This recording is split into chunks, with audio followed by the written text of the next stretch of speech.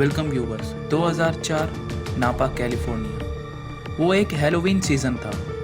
Time तब correctly रात के 11 बज रहे थे। 21 साल की लॉरेन अपने बेडरूम में सोने के लिए जाती है। उसी रूम में उनका पेट डॉग भी सो रहा था। अचानक रात के 2 बजे उनका पेट डॉग घुर्राने लगता है। इसे सुन के लॉरेन जाग जाती हैं। उनको भी कुछ आवाज सुनाई देने लगती है, तो उन्होंने ये सोचा कि उनका रूममेट अपना बॉयफ्रेंड को लाए होंगे। लेकिन उसके बाद बहुत तेज चिल्लाने की आवाज आती है। चेक करने के लिए लॉरेन अपने रूम से बाहर आती हैं और ये देखती हैं कि कोई अनजान आदमी सीढ़ियों से नीचे उतर के घर के सामने वाले खिड़की से बाहर भागते हुए। लेकिन उस आदमी के चेहरे को वो नहीं देख पाई। क्या हुआ करके वो ऊपर बेडरूम में जाके चेक करती हैं और ये देखती हैं कि उनके दोनों रूममेट्स बहुत ही भयानक तरीके से मारे गए थे। क्राइम सीन में मिले एक छोटे एविडेंस से पुलिस कैसे उस किलर को ढूंढी, वही हम इस वीडियो में देखने जा रहे हैं।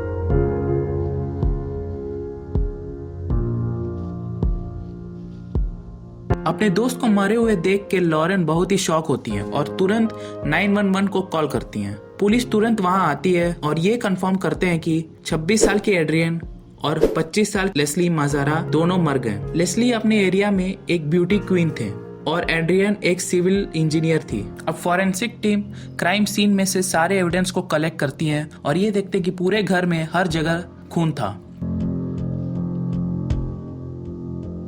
वो किलर पहले लेस्ली के रूम में गया और उनको अटैक करते वक्त पास वाले रूम में एड्रियन आवाज सुन के अपने रूम लाइट्स को ऑन करती हैं। उसके बाद किलर एड्रियन के रूम में जाके उनको मारता है। एड्रियन के रीडिंग ग्लास 2 टुकड़ों में कटा हुआ था, विच मीन्स जब एड्रियन अपने ग्लास को पहनी हुई थी तब किलर के अटैक से वो ग्लास टूट गई थी।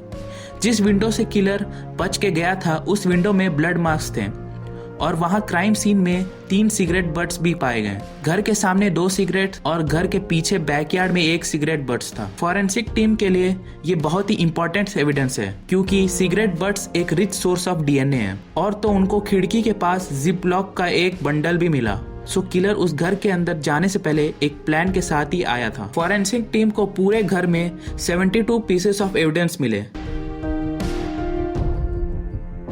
आसपास के पूरे कम्युनिटी में ये न्यूज फैलने लगती है। ये किसी सीरियल किलर का ही काम होगा, ऐसा सोच के वहाँ के लोग डरने लगते हैं। किलर को भागते हुए देख के लॉरेन ये बोलती है कि वो आदमी कौन है मुझे नहीं पता, घर में कुछ भी चोरी नहीं हुआ और मेरे फ्रेंड्स का कोई भी ऐसा दुश्मन नहीं है। फॉरेंसिक टीम ये पता करती है कि वो किलर पहले लेस्ली को ही अटैक किया। उस किलर का टारगेट लेस्ली ही था या नहीं करके पुलिस नहीं पता कर पा रही थी।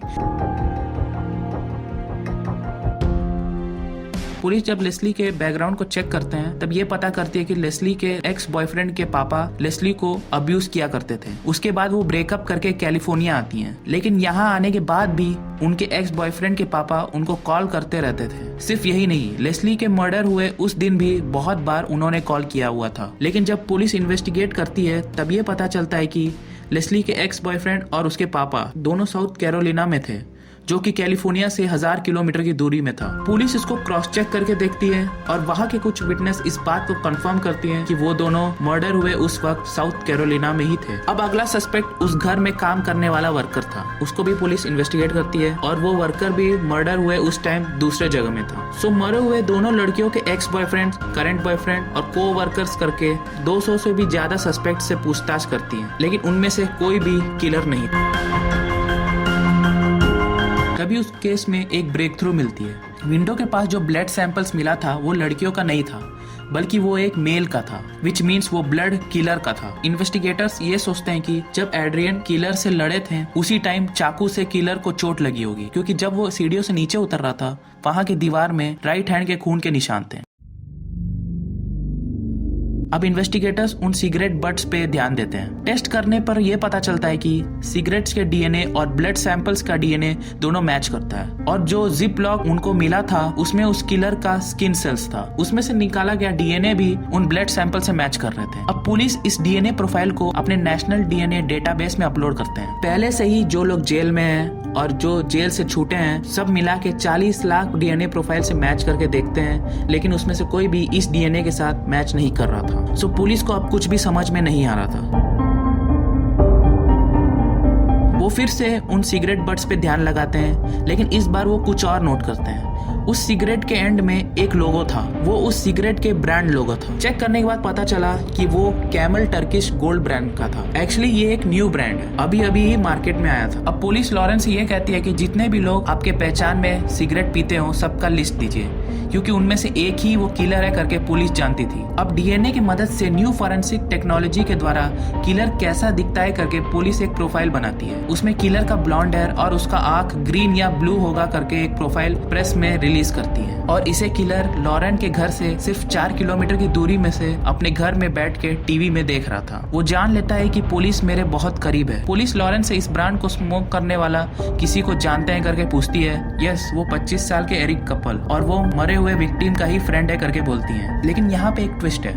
पुलिस एरिक के घर जाने से पहले ही पुलिस को एक फोन कॉल आती है। उसमें मेरा नाम एरिक है और मुझे कुछ चीजें कन्फेस करना है करके बोलता है। वो खुद ही आके पुलिस से सरेंडर हो जाता है। पुलिस से वो एड्रियन को जानता है करके बोलता है, लेकिन पुलिस ये चेक करती है कि ये सच बोल रहा है या झूठ। क्रॉस चेक करने के लिए मीडिया में रिलीज नहीं किया हुआ कुछ इन्फॉर्मेशन एरिक से पूछती है और एरिक सब कुछ सही सही बताता है। क्राइम सीन में मिले ब्लड सैंपल्स के डीएनए और सिगरेट बट्स के डीएनए एरिक के डीएनए से मैच कर रहा था। अब सब कुछ कन्फेस करने के बाद पुलिस एरिक से मोटिव ऑफ मर्डर जानना चाहती थी कि क्यों एरिक ने उन दोनों को मारा, लेकिन वो बोलने से इनकार कर देता है। एरिक को अरेस्ट करके उसके ऊपर 2 मर्डर्स के चार्जेस लगते हैं। तभी फाइनली इन्वेस्टिगेटर्स को एरिक सारी बात बताता है।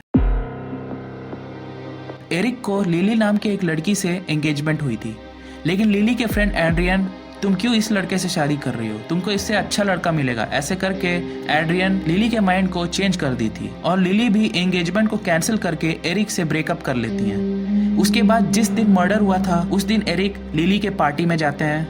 वहाँ लिली से बात करने की कोशिश करते हैं, लेकिन लिली एरिक को सबके सामने इंसल्ट करके बाहर भगाती है। एरिक घर आके पीने लगता है। पार्टी में जो हुआ था उसको सोच के गुस्सा होने लगता है। तभी इन सब का रीजन एड्रियन है। उसी के वजह से लिली मेरे से ब्रेकअप कर ली, इसलिए एड्रियन को मारना है करके डिसीजन लेता है। एरिक एड्रियन के घर के सामने खड़े होके कैसे मारना है करके सिगरेट पीते पीते प्लान करता है। उसके बाद चाकू से घर के फ्रंट विंडो से अंदर जाता है। तभी उसने जो जिप डाइस खरीदा था वो नीचे गिर जाता है। अब एरिक उन सीढ़ियों से ऊपर जाने लगता है। सीढ़ियों के पास वाला रूम लेस्ली का था, लेकिन अंधेरे के वजह से एरिक लेस्ली को एड्रियन समझ के लेस्ली सोते टाइम ही बेड में चाकू से मार डालता है। उसके बाद दूसरे बेडरूम में जाता है, वहाँ एड्रियन थी। ऑलरेडी आवाज के कारण एड्रियन उड़ गई थी और एड्रियन एरिक से लड़ने लगती है। उसी टाइम एरिक के हाथ में चोट लगी थी, लेकिन एड्रियन को किसी भी तरह मार डाल के घर के दीवार में, सीढ़ियों में और विंडो में अनजान से उसका खून लग जाता है। करेक्टली उसी टाइम एरिक उस विंडो से बाहर जाते हुए लॉरेन देख लेती है। मर्डर करने के बाद एरिक वापस अपने घर चला जाता है। अगले कुछ दिन अपने टीवी में सारा अपडेट्स लेता है, लेकिन जब पता चला कि पुलिस मेरे करीब आ गया है तब वो खुद ही आके सरेंडर करने का फैसला ले लेता है। कभी कभी जल्दीबाजी में या गुस्से से लिया हुआ डिसीजन आपकी लाइफ को खराब कर सकता है, इसलिए हमेशा शांति से और सोच समझ के फैसला लें। मिलते हैं अगले वीडियो में, तब तक के लिए टेक केयर, बाय।